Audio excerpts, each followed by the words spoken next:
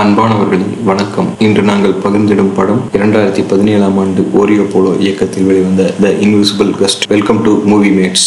படத்தின் ஆரம்ப காட்சியில் விர்கீனியா குட்மேன் ஃபெலிக்ஸ் லைவா அனுப்பியதாக சொல்லி ஐரோப்பாவின் சிறந்த பிசினஸ் மேனுக்கான விருதை இந்த வருடம் பெற்றவரும் தற்போது ஆசிய சந்தைகளுக்குள் நுழைந்துள்ளவருமான தொழிலதிபர் அட்ரியன் டோரியாவை அவரது வீட்டிலே சந்திக்கிறார். அட்ரியன் டோரியாவின் காதலில் லாரா விடல் கொலை செய்யப்பட்ட வழக்கில் கொலைகாரர் அட்ரியன் தான் என சொல்லி போலீசார் அவரை கைது செய்து தற்போது பிணையில் வந்துள்ளார். ஆனால் அட்ரியன் தான் லாராவை கொலை செய்யவில்லை, நாங்கள் தங்கியிருந்த ஹோட்டல் அறையில் ஏற்கனவே வேறு ஒரு நபர் இருந்தார், அவர்தான் லாராவை கொலை செய்தார் என வாக்குமூலம் கொடுத்துள்ளார். இந்த சூழ்நிலையில் தான் இந்த வழக்கின் முக்கிய சாட்சி ஒருவர் நீதிமன்றத்தில் இன்னும் 3 மணி நேரத்தில் அட்ரியனுக்கு எதிராக வாக்குமூலம் கொடுக்க உள்ளதாக தனது நீதிமன்ற சோர்ஸ்கள் மூலமாக தகவல் கிடைத்துள்ளது. சாட்சியம் அளிக்க உள்ள நபரின் முழுமையான விவரங்கள் தெரியவில்லை. இருந்தாலும் அந்த நபர் சாட்சியம் அளித்துவிட்டால் போலீசார் உடனடியாக அட்ரியனை கைது செய்வார்கள் எனும் விர்கீனியா இதுவரை நடந்த எல்லா விஷயங்களையும் மறைக்காமல் தன்னிடம் சொன்னால் மட்டும்தான் உனக்கு நான் இதில் உதவ முடியும் என்கிறார்.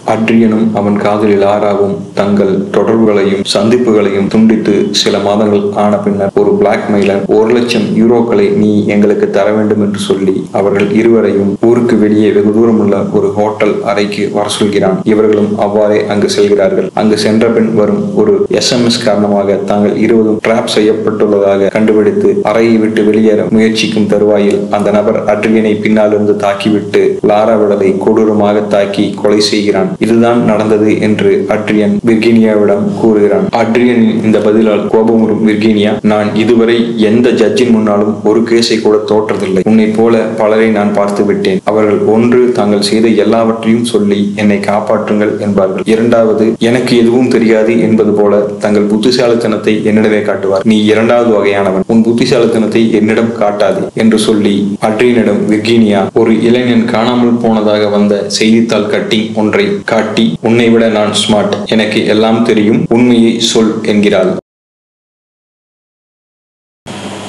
அட்ரியன் தனது மனைவி சோனியாவிடமும் லாரா தனது கணவன் புரூனோவிடமும் வேலை விஷயமாக வெளியூர் செல்வதாக பொய் சொல்லிவிட்டு இருவரும் ஒன்றாக தங்குகிறார்கள். அவர்கள் தங்கள் வீடு திரும்பும் வழியில் அட்ரியன் தன் மனைவியிடம் தான் பொய் சொல்வது மிகவும் குற்ற உணர்ச்சியாக இருக்கிறது, அவளை நான் ஏமாற்றிக் கொண்டிருக்கிறேன், நாம் இருவருமே தவறு செய்து கொண்டிருக்கிறோம் என்கிறான். இவனை பார்த்த லாரா, நாம் என்ன செய்கிறோம் என்று தெரிந்துதானே இதை ஆரம்பித்தோம், நாம் இருவரும் இப்படி ஒன்றாக இருப்பது நன்றாகத்தானே உள்ளது, நான் உன்னோடு இருப்பது எனக்கு மிகவும் மகிழ்ச்சிகரமாக இருக்கிறது, ஆனாலும் நீ சோனியாவையோ நான் புரூனோவையோ விட்டு வரப்போவதில்லை, இதுதானே நாம் எடுத்த முடிவு என்கிறாள். அதற்கு அட்ரியன், எல்லாமே நமக்கு எப்பொழுதும் கிடைத்து விடாது, சில நேரங்களில் நாம் எதையாவது தியாகம் செய்தாக வேண்டும், எனவே நாம் நம் உறவை துண்டித்துக் கொள்ளலாம் என்கிறான். இதுதான் உன் முடிவா என்று கோபமாக கேட்கும் லாராவை திரும்பி பார்க்கிறான் அட்ரியன். அந்த கன நேரத்தில் இவர்களின் வாகனத்தின் முன்னே மான் ஒன்று பாய்கிறது. அதன் மீது மோதிவிடாமல் இருக்க அட்ரியன் வாகனத்தை திருப்ப எதிரே வந்த கார் மீது மோதி விபத்தொன்று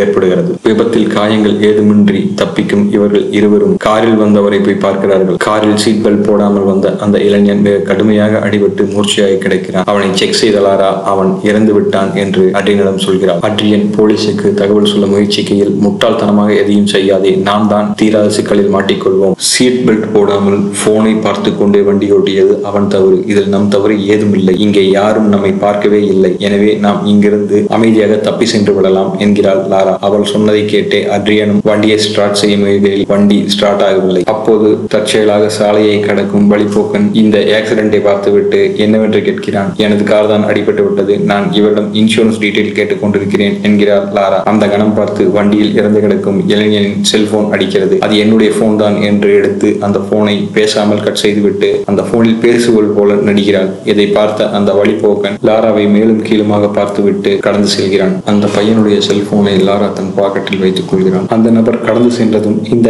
ஆக்சிடென்ட்டுக்கான சாட்சி ஒன்று உருவாகிவிட்டது, எனவே இங்கே ஆக்சிடென்ட் நடக்காதது போல நாம் இந்த தடயங்களை அளித்தாக வேண்டும், நான் நம் வாகனத்தை எடுத்துச் செல்வதற்கான டோ ட்ரக் ஏதேனும் கிடைக்கிறதா என்று பார்க்கிறேன், நீ அதற்குள் இந்த பையனையும் காரையும் எங்காவது ஒழித்து விடு என்கிறார். அவள் சொன்னபடியே காரை எடுத்துக்கொண்டு கிளம்பிய அட்ரியன் வெகு தூரம் காரை ஓட்டி செல்கிறான். செல்லும் வழியில் ஒரு ஆற்றினை பார்த்து அந்த ஆற்றிற்குள் காரை தள்ளிவிடுகிறான். இதை கேட்டு அதிர்ச்சியுற்ற விர்கீனியா, அந்த குழந்தை என்னவானான் என்கிறார். நான் அந்த இளைஞனையும் காரோடு சேர்த்து தள்ளிவிட்டேன் என்று கண்ணீர் மல்க கூறுகிறான் அட்ரியன். தோற்றுக்காக காத்திருக்கும் லாராவிற்கு தாமஸ் உதவி செய்ய வருகிறார். அவரிடம் மான் குறுக்கே வந்ததால் வண்டி பிரச்சனையாகி நின்றுவிட்டது என்கிறார். நான் இந்த கம்பெனியில் பல வருடங்கள் வேலை செய்து வந்ததால் இந்த கார்களை பற்றிய நல்ல அனுபவம் எனக்கு உள்ளது என்று சொல்லி காரை செக் செய்து பார்க்கும் தாமஸ், வண்டியின் ஸ்டார்டர் சிஸ்டம் தான் பிரச்சனையாக உள்ளது, என்ஜின் சிஸ்டம் ஸ்டாப்பில் ஸ்ட்ரக் ஆகி நிற்பதால் தான் வண்டி ஸ்டார்ட் ஆகவில்லை என்று சொல்கிறார். வண்டியை சரி செய்வதற்காக தாமஸின் வீட்டிற்கு இருவரும் செல்கிறார்கள். அப்பொழுது தாமஸ் தன் மனைவி எல்வீரா கேன்சரால் பாதிக்கப்பட்டிருப்பதால் தாங்கள் பார்சிலோனாவிலிருந்து இங்கே வந்துவிட்டதாக கூறுகிறார். அதே நேரம் லாரா தன் தங்கையை பார்சிலோனாவிற்கு பார்க்க வந்ததாக இவரிடம் போய் சொல்கிறார். தங்கள் வீட்டிற்கு வரும் லாராவை அன்போடு வரவேற்று உபசரிக்கிறார் எல்வீரா. தங்கள் மகன் டேனியல் தன் நண்பர்களை பார்ப்பதற்காக வெளியே சென்றுள்ளான், இன்னும் சிறிது நேரத்தில் வந்துவிடான் எனும் எல்வீரா லாராவிடம் தன் மகன் டேனியலின் புகைப்படத்தை காட்டுகிறார். அவர்கள் ஆக்சிடென்ட் செய்து ஆற்றில் வீசிய அந்த இளைஞன் தான் டேனியல். டேனியலின் தோழி கிளாரா டேனியலை காணவில்லை என்று எல்வீராவுக்கு போன் செய்கிறாள். அவன் உங்களை பார்ப்பதாக தானே சொல்லி வந்தான் என்று கேட்டு பதட்டமடையும் எல்வீரா காரை சரி செய்துவிட்டு அங்கே வரும் தாமஸிடம், இன்னும் டேனியல் நண்பர்களை பார்க்க போகவில்லையாம், எங்கே சென்றான் என தெரியவில்லை பதட்டமாக கேட்கிறார். நீ அவனுக்கு போன் செய் என்கிறார் தாமஸ். எல்வீரா டேனியலுக்கு போன் செய்ய அந்த போன் லாராவிடம் இருக்கிறது. பதட்டமான லாரா போனை எடுத்து சோஃபாவில் மறைத்து வைக்கிறாள். பதட்டமாகும் எல்வீராவை தாமஸ் சமாதானப்படுத்துவதை பார்க்கும் லாரா, நான் உடனடியாக கிளம்ப வேண்டும் என்று சொல்லிவிட்டு அங்கிருந்து அவசரமாக வெளியேறுகிறாள். அப்பொழுது அவள் தன் டிரைவர் சீட்டை அட்ஜஸ்ட் செய்வதை பார்க்கும் தாமஸிற்கு சந்தேகம் வருகிறது. அவர் லாராவின் வண்டி நம்பரை நன்றாக கவனிக்கிறார். நடந்த விஷயங்கள் அனைத்தையும் லாரா அட்ரியனிடம் சொல்கிறார். ஊர் திரும்பியவுடன் அட்ரியன் தன் வண்டியை ஸ்கிராப் யார்டில் விட்டு அழிக்கிறான். அதே வேளையில் அட்ரியன் தன் கார் திருடப்பட்டு விட்டதாக போலீஸ் ஸ்டேஷனில் ஒரு கம்ப்ளைண்டை பதிவு செய்து வைக்கிறான். அதற்கு பின்னர் லாராவும் அட்ரியனும் சந்திப்பதை நிறுத்திக் கொள்ளலாம் என்று முடிவெடுத்து தங்கள் சந்திப்பை தவிர்க்கிறார்கள். தன்னை ஒரு ஏமாற்றுக்காரனாகவும் மோசடி பேர்வழியாகவும் உணரும் அட்ரியன் இந்த மன உளைச்சல்களுக்கு இடையேயே தன் வேலைகளை பார்க்க ஆரம்பிக்கிறான். அப்பொழுது டிவியில் வரும் டேனியல் காணாமல் போன செய்தியில் தாமஸை பார்க்கும் அட்ரியனுக்கு மகனை இழந்து பரிதவிக்கும் அந்த தந்தையின் முகம் இவன் நெஞ்சில் கல்லில் செதுக்கிய சிலை போல பதிந்துவிட்டது என விர்கீனியாவிடம் கடும் வேதனையோடும் வருத்தத்தோடும் சொல்கிறான். அப்பொழுது விர்கீனியாவுக்கு வரும் போன் கால் மூலமாக அந்த சாட்சி கோர்ட்டுக்கு வந்துவிட்டார் என தெரிகிறது. எனவே அடுத்து நடந்த விஷயங்கள் விர்கீனியா அட்ரியனிடம் கேட்கிறார். தங்கள் மகன் டேனியல் காணாமல் போனதற்கும் அட்ரியனின் கார் ஆக்சிடென்ட் ஆனதற்கும் தொடர்புள்ளது என்று தாமஸ் போலீசில் புகார் செய்கிறார். போலீசார் அட்ரியனை அழைத்து விசாரிக்கையில் லாராவின் படத்தை அவனிடம் காட்டுகிறார்கள். அப்பொழுது அட்ரியனின் வக்கீல் ஃபெலிக்ஸ் தன்னுடைய கிளையண்ட் இந்த ஆக்சிடென்ட் நடந்தபோது பாரிஸில் இருந்தார் என்கிறார். திருப்தி அடையாத போலீசார் மேலும் அவரிடம் கேள்விகள் கேட்க, உங்களுக்கு ஏதேனும் விசாரிக்க வேண்டியிருந்தால் அட்ரியனின் செக்ரட்டரியிடம் கேட்டுக்கொள்ளுங்கள், இதற்கெல்லாம் அவருக்கு நேரமில்லை என்று சொல்லி அட்ரியனை அங்கிருந்து அழைத்து சென்று விடுகிறார். இதன் பின்னர் நடந்த விஷயங்கள் அனைத்தையும் அட்ரியன் ஃபெலிக்ஸிடம் சொல்கிறான். மேலும் தான் பாரிஸில் இருந்தது போல ஒரு போலி சாட்சியத்தை உருவாக்குவதோடு போலீஸ் ரெக்கார்டுகளிலும் தன்னுடைய பெயரை நீக்கிவிட வேண்டும் என்கிற அட்ரியனிடம், எனக்கு போன் செய்யும் பொழுதே எல்லா விஷயத்தையும் முழுமையாக சொல்லிவிடு, எல்லாவற்றையும் நான் பார்த்துக் கொள்கிறேன் என்கிறான் ஃபெலிக்ஸ். பாரிஸில் நீ இருப்பது போல போலீஸ் சாட்சியத்தை உருவாக்கிய ஃபெலிக்ஸ் போலீஸ் ரெக்கார்டுகளிலிருந்து உன் பெயரை நீக்கவில்லை எனும் விர்கீனியா. லாராவின் படத்தை காட்டி போலீசார் உன்னிடம் விசாரித்தது குறித்து அவள் என்ன சொன்னால் என கேட்கிறார் விர்கீனியா. தான் அவளிடம் பேசவே இல்லை எனும் அட்ரியனை தீர்க்கமாகவும் பார்க்கும் விர்கீனியா, நீ அவளிடம் பேசினாய் என்பது எனக்கு தெரியும், நீ ஏன் அவளை தொடர்பு கொண்டாய் என்கிறார். ஒரு நாள் டிவி நியூஸில் டேனியல் தான் வேலை செய்த பேங்கில் இருந்து பணத்தை எடுத்துவிட்டு தலைமறைவாகிவிட்டான் என்ற செய்தியை பார்த்தேன். அப்பொழுதுதான் புரிந்தது லாரா தன்னை பாதுகாத்துக் கொள்ளவும் தனக்கு தேவையானதை பெறவும் எதையும் செய்வாள் என்பதை. அவள் ஏன் இதை செய்தாள் என தெரிந்து கொள்ளத்தான் அவளுக்கு ஃபுல் செய்தேன். ரெஸ்டாரண்டில் டேனியலை சந்திக்கும் லாரா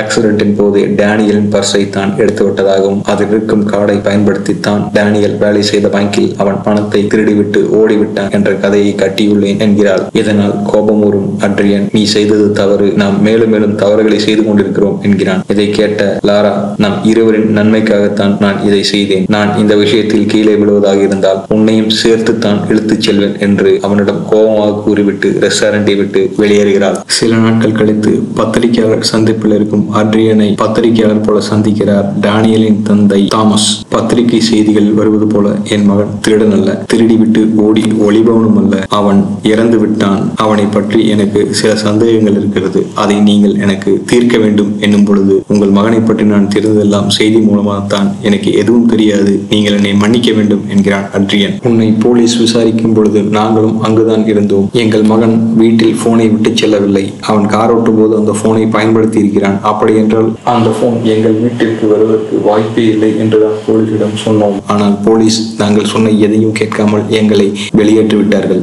அதே போல லாரா எங்களிடம் சொன்னது எல்லாமே பொய். அவள் தன் தங்கை வீட்டிலிருந்து வருவதாக சொன்னதும் பொய். அவள் தான் காரை ஓட்டியதாக சொன்னதும் பொய். அவள் உன்னையும் அவளையும் காப்பாற்றிக் கொள்ளத்தான் பொய் சொல்லியிருக்கிறாள்.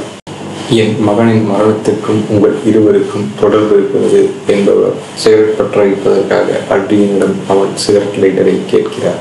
சிகரெட் லைட்டரை வாங்கியவர் அதை முன்னும் பின்னும் நன்றாக கவனித்தபடி அட்ரியனை ஏறிட்டு பார்த்தவர் எதையோ கண்டுபிடித்த திருப்தியோடு அந்த சிகரெட்டை நிதானமாக பற்ற வைத்தவர், என் மகனையும் இதே போலவே ஈஸியாக முடித்து விட்டாய் அல்லவா என்று அந்த லைட்டரை தண்ணீரில் தூக்கி வீசுகிறார். தண்ணீருக்குள் சிகரெட் லைட்டர் மூழ்கும் அதே பின்னணியில் காரும் மூழ்குகிறது. லாரா ஏன் கொலை செய்யப்பட்டால், யாரால் கொலை செய்யப்பட்டால், டேனியலின் மரணத்திற்கு நீதி கிடைத்ததா என்பதுதான் மீதக்கதை. வாய்ப்பும் நேரமும் இருந்தால் இப்படத்தை பாருங்கள். இப்பதிவு குறித்த உங்கள் கருத்துக்களை பகிர்ந்திடுங்கள். அவை எங்களை மேம்படுத்தும். நன்றி.